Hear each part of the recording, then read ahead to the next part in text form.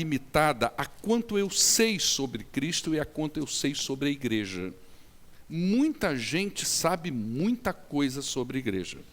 Muita gente lê muita coisa sobre a igreja. Eu me lembro uma vez que eu estava assistindo um vídeo de um historiador brasileiro ateu. Ele estava falando algumas coisas e tal, e ele disse que ele recebe, como ele fala muito de religião, mesmo sendo ateu, que ele recebe muitas mensagens de pessoas dizendo que está orando pela vida dele para ele converter. E ele diz que um dia ele estava num processo lá de olhar o WhatsApp, aquelas coisas todas, e mensagem de vídeo, não sei, e ele recebeu uma palavra, e era uma palavra de Efésios para a vida dele, não me lembro qual é, não é? E ele disse que ele respondeu à pessoa assim, olha, no momento em que você está escrevendo para mim, eu já li a carta aos Efésios 4 vezes.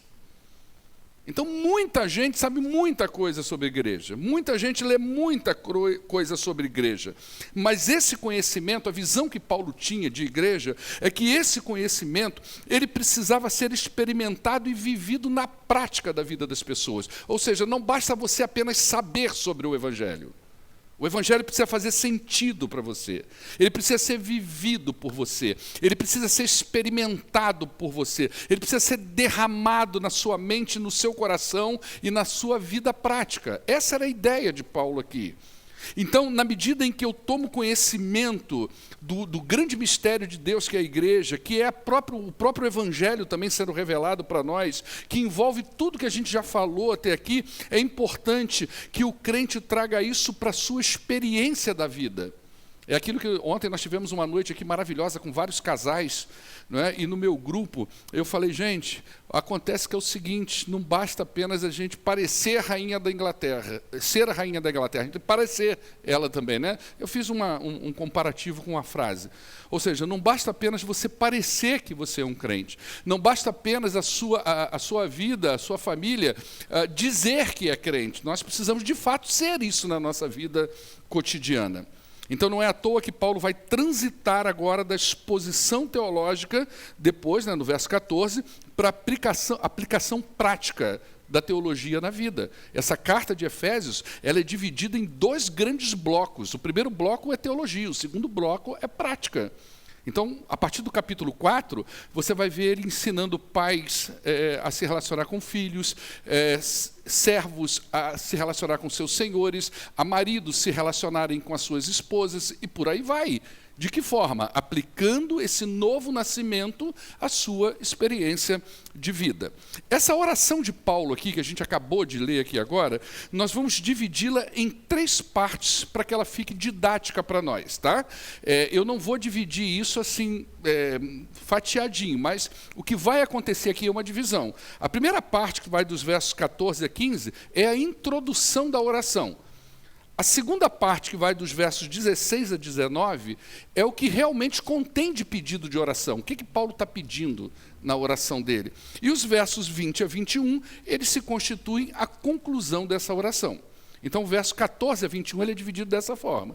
Paulo introduz a sua oração, Paulo desenvolve a sua oração e Paulo conclui a sua oração. Dito isso, a gente vai aí ao texto. Coloca para nós aí o verso 14, Manuel. Olha o que Paulo está dizendo aí. Por essa razão, eu ajoelho mediante ao Pai. Primeira coisa que a gente vê na fala de Paulo, quando ele começa a falar de oração, é o seguinte. A postura dele da oração. Esse texto aqui, ele não se constitui um texto para ser usado para eu dizer para você qual é a melhor maneira de se orar. Será que é certo orar em pé, de joelho, deitado, sentado? Não é isso que Paulo está tratando aqui. Paulo não está ensinando para a igreja a posição da oração, mas o ajoelhar-se de Paulo é muito significativo.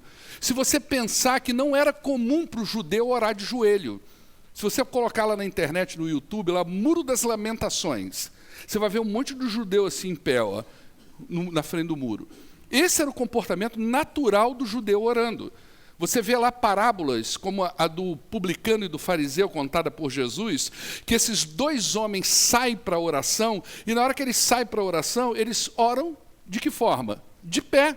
Um olhando para o céu e outro de cabeça baixa, mas de pé, porque essa era a postura adotada por eles. Então não era muito comum entre os judeus a oração de joelhos, era mais comum em pé. Orar de joelho, na verdade, quando um judeu chegava a fazer isso, isso significava um gesto de extrema contrição e sinceridade. Então você vê, por exemplo, Jesus orando no Getsêmani de joelho. Você vê, por exemplo, Estevão, no momento do seu apedrejamento, quando ele já está quase beirando a morte, sendo apedrejado ali pelos seus algozes, ele se ajoelha diante de Deus e começa a orar. E ele ora justamente para que Deus perdoe o pecado daqueles que estavam apedrejando ele. E aqui Paulo também diz para a igreja: eu me coloco de joelho diante do Pai e oro pela vida de vocês. O que Paulo está querendo mostrar para aqueles crentes? Ele está querendo mostrar nesse texto que a oração dele não foi uma oração trivial. Que a oração de Paulo, que estava no coração dele, não é aquela oração que muitas vezes a gente faz antes de almoçar. Não sei se você ora antes do almoço, né? Então, quando a família está muito grande, reunida no domingo, né, e a comida está lá na mesa, e está todo mundo de olho naquela macarronada com carne assada, e aí o pai olha assim, vê aquele filho, o tio, está todo mundo ali e pensa assim: vou pedir aquele que ora mais rápido, não é? E manda naquele ali, não é? Uma oração muito trivial, ou então muitas vezes as orações que nós fazemos à noite antes de dormir, aquela coisa muito trivial. O que Paulo está fazendo aqui é maior do que isso. Ele está dizendo para a igreja que ele está profundamente envolvido com aquilo que está no coração dele pela igreja. Aquilo que Paulo vai colocar diante de Deus agora é aquilo que está tomando conta do coração dele. É o profundo desejo que Paulo tem que aconteça na vida daquelas pessoas. E aqui existe algo que nós precisamos falar sobre oração. As nossas orações, seja ela de forma consciente ou não, elas expressam os nossos desejos. Você pode ver que você vem para uma reunião de oração, a gente pede aquilo que está no coração da gente. Elas expressam com o que nós estamos envolvidos de fato. Então, nós oramos por aquilo que nós desejamos. E as coisas que ficam ausentes das nossas orações são coisas que, a despeito de nós afirmarmos que gostaríamos que essas coisas acontecessem, elas não fazem parte do primeiro plano dos nossos desejos. O que Paulo está ensinando aqui com o seu gesto de colocar aí, ajoelhar, ele não precisava colocar isso. Mas ele colocou para fazer um contraste com a oração de pé, mostrando para aquela igreja: olha, eu estou muito envolvido com vocês. Então, o desejo que eu tenho no coração para que vocês entendam o Evangelho, para que as coisas de Deus aconteçam na vida de vocês, está ocupando o primeiro plano dos meus desejos. Então é muito comum nós enchermos as nossas orações de conteúdos que são particulares, e muitos desses conteúdos têm pouco a ver com os planos de Deus para a humanidade. A gente começa orando uma coisinha, mas logo, logo, nós apresentamos um vasto cardápio de pedidos de oração a Deus. E a igreja, e é isso que Paulo estava talvez tentando passar para essa igreja, ela deve aprender a orar por aquilo que se deve orar realmente. E o que se deve orar não é necessariamente as nossas causas pessoais, a menos que essas causas pessoais estejam na rota do plano de Deus. Então, lá em Mateus capítulo 6, Jesus ensina sobre oração. Então, lá na oração do Pai Nosso, você vê que quando Jesus ensina sobre oração, a oração ali tem a ver com a vontade de Deus sendo realizada na terra. E aquilo que se refere a nós tem a ver com perdão, amor ao próximo, santidade e aquilo que é necessário para o nosso sustento, o sustento do nosso corpo, que a gente não morra. Então, ele vai dizer que o pão nosso de cada dia não nos falte. E nesse mesmo capítulo em que Jesus ensina de oração, sobre oração, gente, isso não está lá à toa. Presta atenção nisso, isso não está lá à toa. Essa ordem, a maneira como Mateus dispôs o texto bíblico, não está lá à toa. Ele discorre que Jesus ensina a oração do Pai Nosso, e nesse mesmo capítulo, Jesus vai ensinar que nós precisamos pegar toda a nossa ansiedade, que é aquilo que normalmente está presente na maior parte das nossas orações. O que está lá na oração da gente? As nossas ansiedades. E Jesus vai dizer no mesmo capítulo que ele ensina a orar pelo Pai Nosso, ele ensina que nós precisamos pegar toda a nossa ansiedade e confiar que o Pai já está cuidando dessas ansiedades.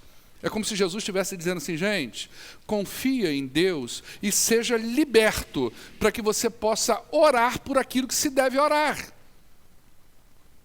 E ele fecha o capítulo 6 de Mateus com a seguinte fala: busquem, pois, em primeiro lugar o reino de Deus e a sua justiça, e todas essas coisas lhe serão acrescentadas, ou seja, a sua ansiedade vai dissolver à medida que você ora por aquilo que tem que ser orado.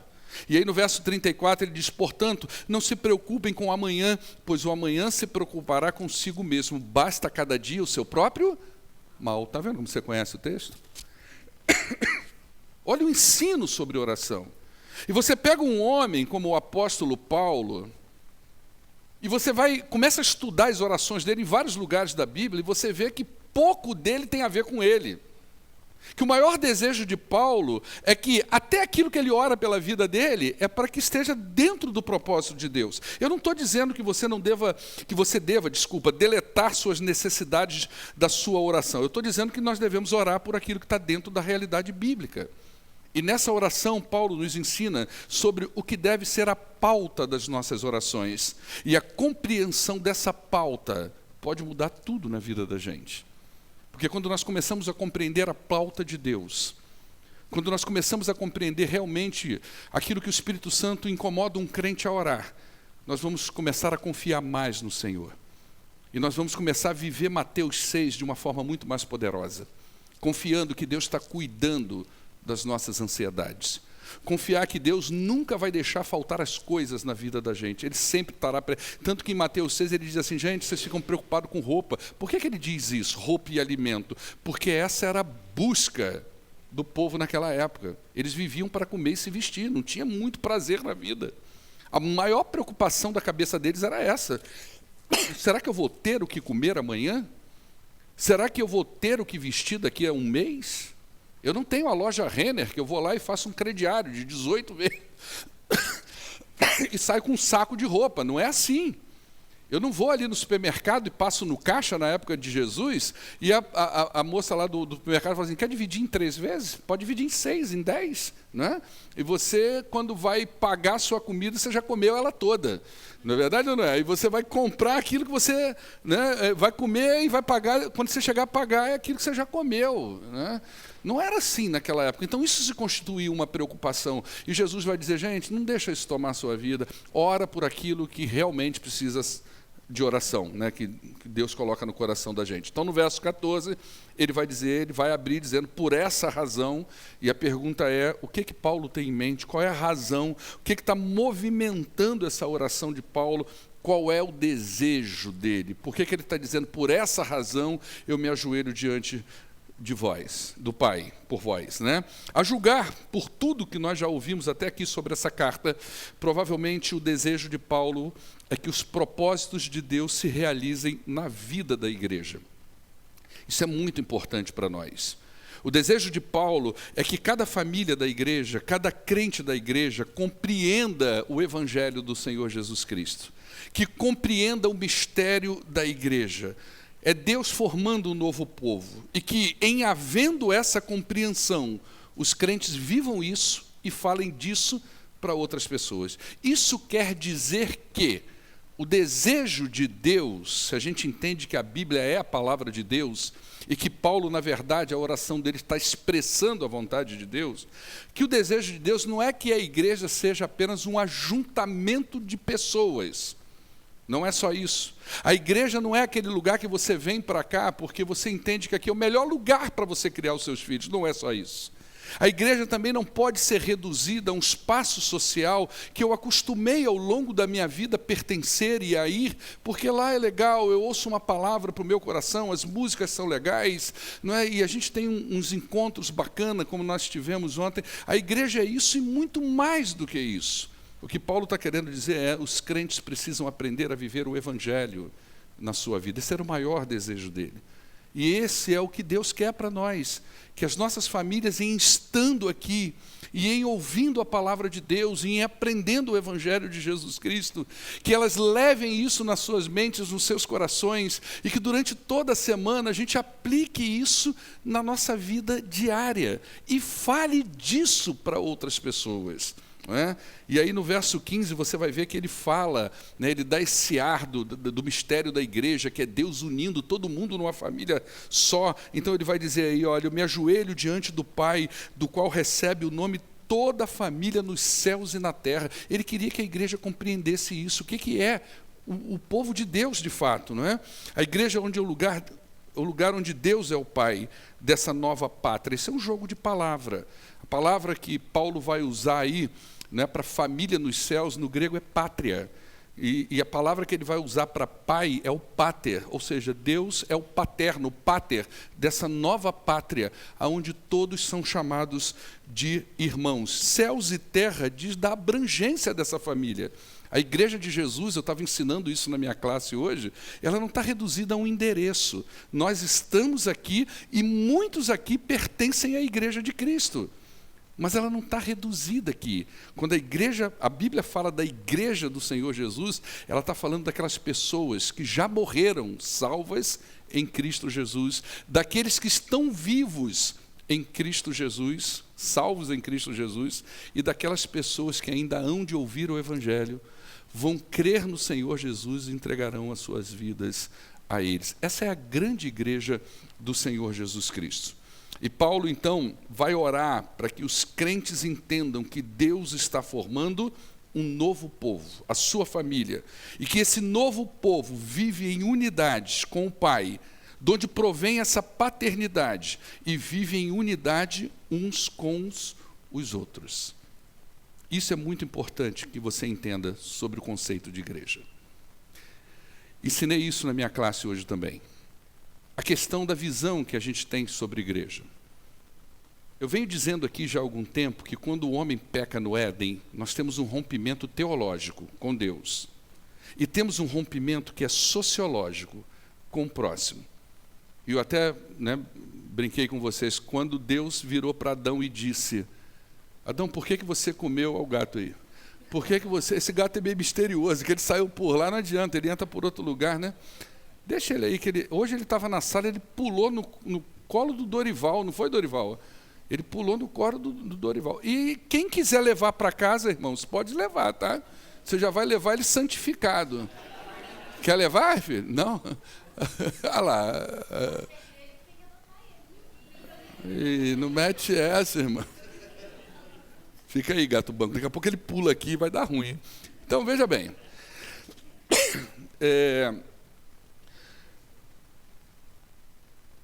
Deixa eu me reconectar aqui, irmãos. Isso. O rompimento foi teológico. Nós rompemos com Deus. E quando Deus vira para Adão e diz assim, Adão, o que houve? Ele diz, foi a mulher que tu me deste. Começou a primeira crise conjugal ali. Rompeu com o próximo. Depois, Caim mata Abel. Nós temos ali um rompimento entre pessoas, irmãos da mesma família.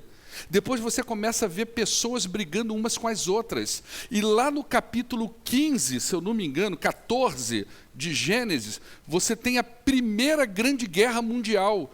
Povos contra povos, uma aliança de 4 reis contra a aliança de 5 reis. Ou seja, você tem a primeira guerra mundial, o desdobramento do pecado, o rompimento sociológico. E em Cristo Jesus nós somos ensinados que Cristo vem trazer paz entre nós e Deus e nós com o próximo, porque o rompimento foi nessa esfera.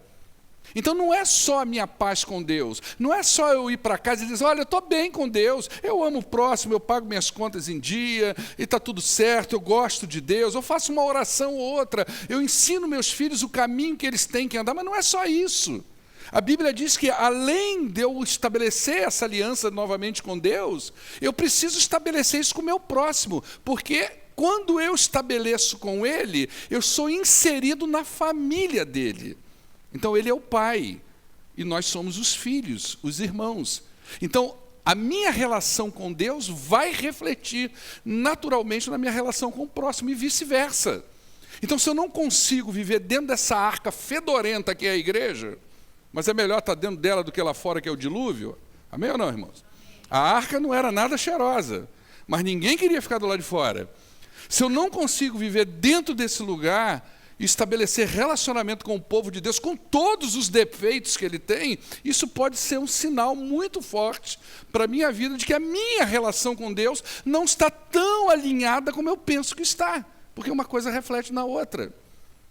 Então Paulo vai orar para que os crentes entendam que Deus está formando um novo povo, a sua família, e que esse novo povo vive em unidade com o Pai e uns com os outros. Então ele vai dividir a oração dele sobre 4 pilares. Paulo vai construir a oração dele em cima de 4 pilares: a força, o amor, a compreensão e a plenitude. É assim que ele vai desenvolver o tema dele de oração. Então, o primeiro tema dele é a força. Então, aí no verso 16, na parte B, ele vai dizer assim, que o desejo dele é que Deus fortaleça no íntimo do coração, com seu poder, por meio do Espírito, para que Cristo habite no coração das pessoas mediante a fé. Isso é uma crise de entendimento, esse verso 16, tá? Isso. Agora, bota o 17 lá. Olha essa parte do verso 17. Para que Cristo habite no coração de vocês mediante a fé. Ele está escrevendo para uma igreja. Ele está escrevendo para crente. Não era para Cristo já estar lá habitando? O que está acontecendo aí? Nós vamos ter que entender isso aí. Tá certo?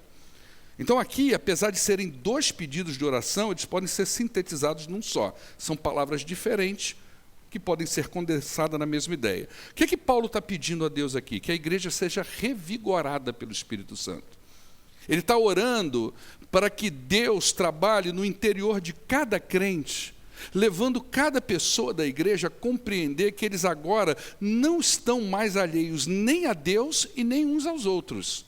Essa é a ideia. Paulo está orando para que Deus ilumine o coração dos crentes, que eles entendam. Vocês são igreja agora. Vocês são o povo de Deus. E vocês não estão mais alheios a Deus e não estão mais alheios uns aos outros. Então Paulo ora para que eles, compreendendo a obra reconciliadora de Cristo, eles se apropriem dessa gloriosa riqueza e sejam encorajados a viver o Evangelho.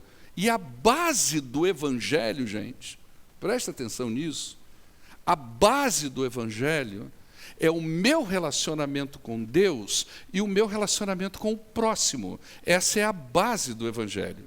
Se você tirar o relacionamento dos crentes uns com os outros, você está tirando um pilar fundamental do cristianismo. A pregação do cristianismo é a pregação da unidade. E talvez seja esse o ponto de maior desequilíbrio dentro das igrejas cristãs.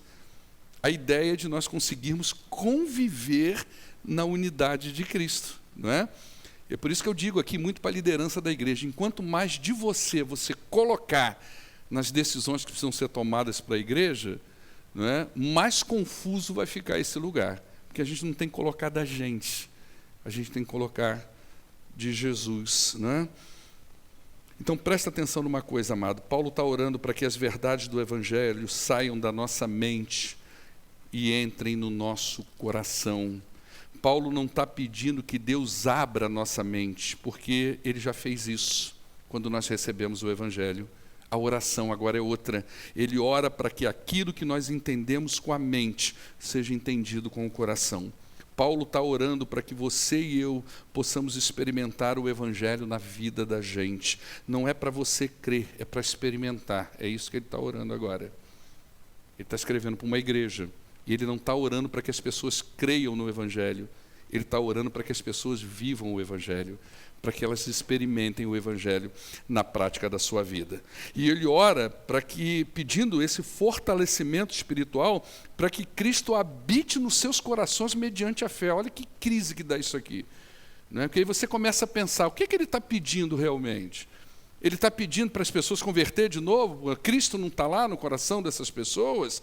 Não é? E essa parte do texto, ela precisa ser entendida dentro de um contexto. Paulo está escrevendo para um grupo que já recebeu a Cristo no coração. Cristo já habita no coração dessas pessoas pela fé. Existem aqui duas palavras nessa carta que podem ser usadas para se referir à habitação. Uma é traduzida para a gente como peregrino. Está lá no capítulo 2, verso 19, se eu não me engano. Ela é traduzida, coloca lá, Emanuel, capítulo 2, verso 19. Isso. Portanto, vocês já não são mais estrangeiros nem forasteiros. O que está por baixo aí da ideia de estrangeiro e nem forasteiro é uma palavra que também pode ser traduzida por habitação. Ela diz daquela pessoa que saiu da sua casa, foi para um país estrangeiro, mas não residiu permanentemente lá. Ele passou por lá. Ele ficou um tempo nesse país ou nessa cidade e depois foi para outro. No passado existiam muitas pessoas assim. Elas iam de cidade em cidade, mas elas não estabeleciam uma residência naquele lugar. Então, Paulo usou essa palavra aqui para se referir a esse peregrino, a esse forasteiro. Tá? Depois, a outra palavra é a que nós vimos aí no capítulo 3, no verso de número 17, não é? Que está traduzida para nós como habite. Essa aqui já é diferente. Essa aqui é o peregrino que está passando por uma cidade e quando ele chega naquela cidade, ele estabelece residência nessa cidade. Ele não vai mudar mais para outro lugar. Ele comprou uma casa lá, ele estabeleceu um negócio, ele constituiu família, ele está residindo naquele lugar. Ela traz a ideia daquela pessoa que se estabelece no lugar de forma permanente. Ali ele fez morada. Então, o que Paulo está pedindo aqui, no verso 17, é que o crente, em compreendendo que agora ele é família de Cristo e participante das gloriosas riquezas de Cristo, eles entendam que Cristo não é um peregrino nos seus corações, que Cristo não vai passar por lá e vai sair fora, mas que Cristo fez morada permanente na vida deles, que Cristo agora é um habitante permanente do coração deles. Cristo não é um morador que aparece uma vez ou outra, pelo contrário, é aquele que habita e governa o coração e a mente do crente. Você consegue entender a profundidade disso? Quantos crentes hoje tratam Jesus como um peregrino, que aparece na sua vida de vez em quando, trata alguns problemas pessoais, aparece na hora da crise na sua vida, mas logo, logo ele vai embora. E Paulo está dizendo, Jesus não é isso. Se você converteu a Cristo, Cristo é permanente na sua vida, Ele habita na sua vida, e se Ele habita no seu coração, e se Ele mora aí dentro do seu coração, Ele está aí para governar a sua vida, Ele está aí para ser soberano do seu coração e da sua mente. E quando Cristo é o soberano do nosso coração e da nossa mente, nós vamos viver o Evangelho. Uma das perguntas ontem para os casais, né, os casais que estão aqui, que estiveram aqui ontem, era, como é que é? Aquela pergunta que falava, qual é o papel de Jesus na sua casa? Era uma pergunta, né? E no meu grupo eu ainda falei assim, de 0 a 10, não foi isso, Alexandre? Alexandre estava no meu grupo, de 0 a 10, qual o lugar que Jesus habita na sua casa, né? E foi muito unânime o que nós conversamos ali, que nós reduzimos a presença de Jesus, o papel de Jesus na casa da gente, por aquilo que eu faço. Ou seja, é o tanto que eu faço de oração, é o tanto que eu reúno com a minha família para orar, é o tanto que eu leio a palavra de Deus na minha casa. Essas coisas dizem da presença de Jesus? Dizem. Mas a presença de Jesus na vida e na casa da gente é muito maior do que isso. Ela diz de Cristo governando a nossa mente. Ela diz de Cristo governando o nosso coração. Ela diz de Cristo influenciando as nossas ações, as nossas decisões, as nossas relações. Lembra quando Paulo escreve essa carta de Efésios, lá no capítulo 5, muito usado para tratar de casamento, quando ele diz assim, marido, né, que a mulher ame o seu marido, respeite, seja submissa ao seu marido como ao Senhor. O que ele está dizendo ali? Ele não está tratando de submissão da mulher, não é esse o ponto da coisa. Mas o quanto uma mulher que é serva ao Senhor, o quanto uma mulher que é submissa ao Senhor, cuja sua mente, o seu coração está governada pelo Senhor, o quanto essa mulher, em respeito ao seu Senhor, será de fato fiel ao seu marido. O quanto um marido no Senhor, que conhece o amor, a relação entre Cristo e a igreja, o quanto esse marido não será fiel e protetor da sua esposa, como Cristo foi da sua igreja.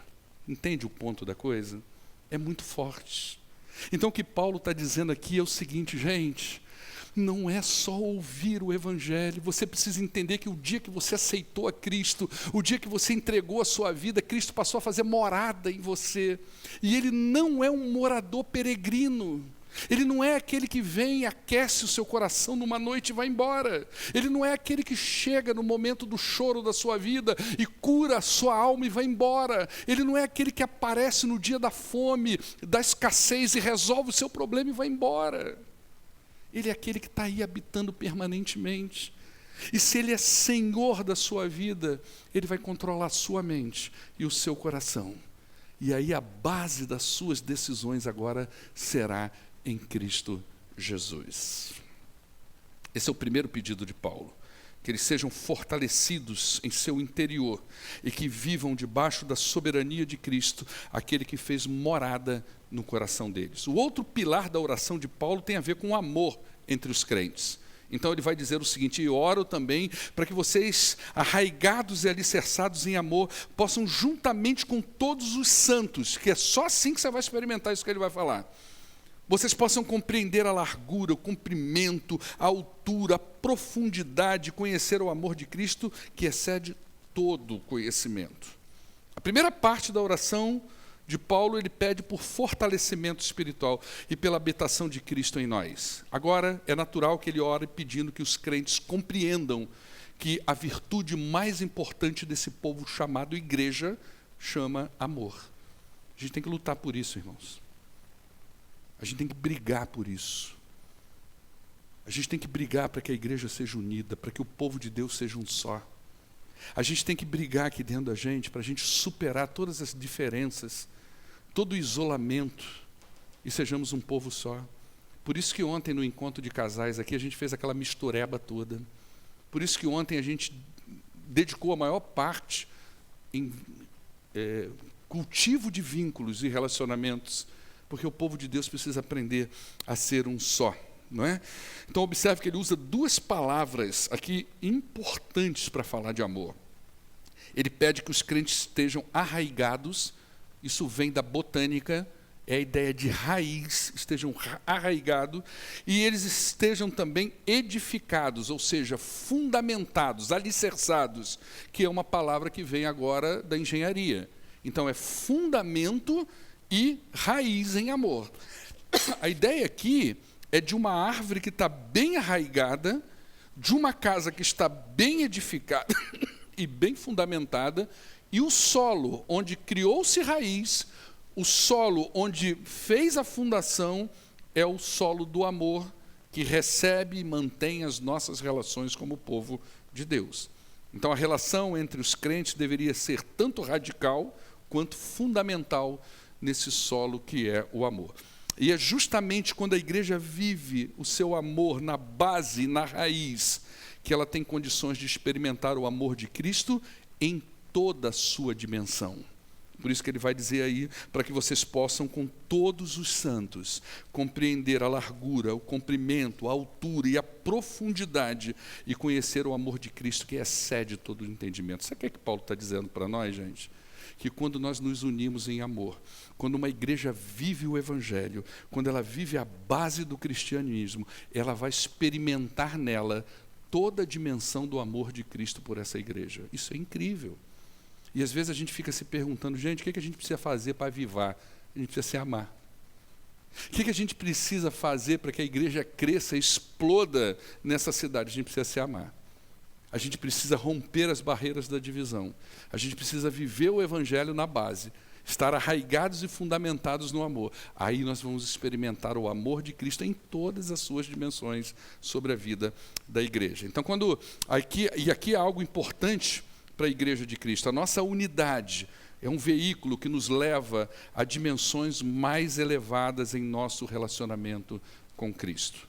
Então, quando a igreja trabalha na direção de relacionamentos saudáveis, sinceros, íntegros, ela vai pavimentando a rua que vai levar essa igreja a experimentar o amor de Cristo em todas as suas dimensões.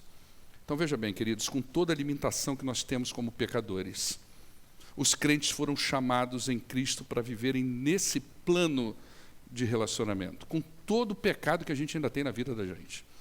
É difícil lidar com as pessoas, cada um tem um jeito, cada um entende amor de um jeito, tem gente que é muito melosa, tem gente que é muito prática, tem gente que qualquer vento já desconcerta ela do ponto de vista emocional, tem outro que você pode bater, que ele não sente nada. Cada pessoa é de um jeito. Você tem aquelas pessoas que estão no meio disso tudo. Tem gente que adora uma palavra de afirmação, tem gente que não está nem aí se está sendo elogiado ou não. É assim que funciona. E a gente precisa compreender as pessoas naquilo que elas são e não tentar transformá-las naquilo que a gente quer que elas sejam. Não é assim que funciona. Nós precisamos compreender a dimensão de cada pessoa e, em compreendendo a dimensão de cada pessoa, entendê-la e recebê-la no nosso coração do jeito que ela é. E pode acreditar, tem coisa de muita bênção, de muito valor na vida de cada pessoa, não é? E os crentes são chamados para viverem esse relacionamento. Lá na eternidade, nós vamos experimentar isso na toda a sua plenitude, mas hoje nós devemos trabalhar para que, dentro do possível, a gente possa viver isso. Por último, Paulo ora para que vocês sejam cheios de toda a plenitude de Cristo. Ele é ousado demais. Imagina que Paulo está pedindo a gente, Pai, Deus, faz o seguinte, trabalha no coração dessas pessoas, fortaleça eles para que eles estejam submissos à tua vontade.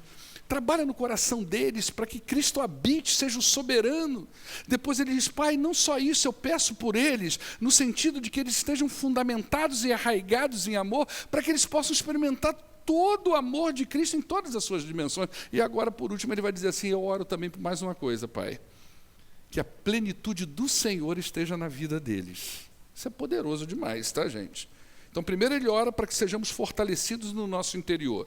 Ele ora para que Cristo habite em nossos corações. Depois ele ora para que os crentes vivam arraigados e alicerçados. E agora ele pede para que sejamos enchidos de toda a plenitude de Deus.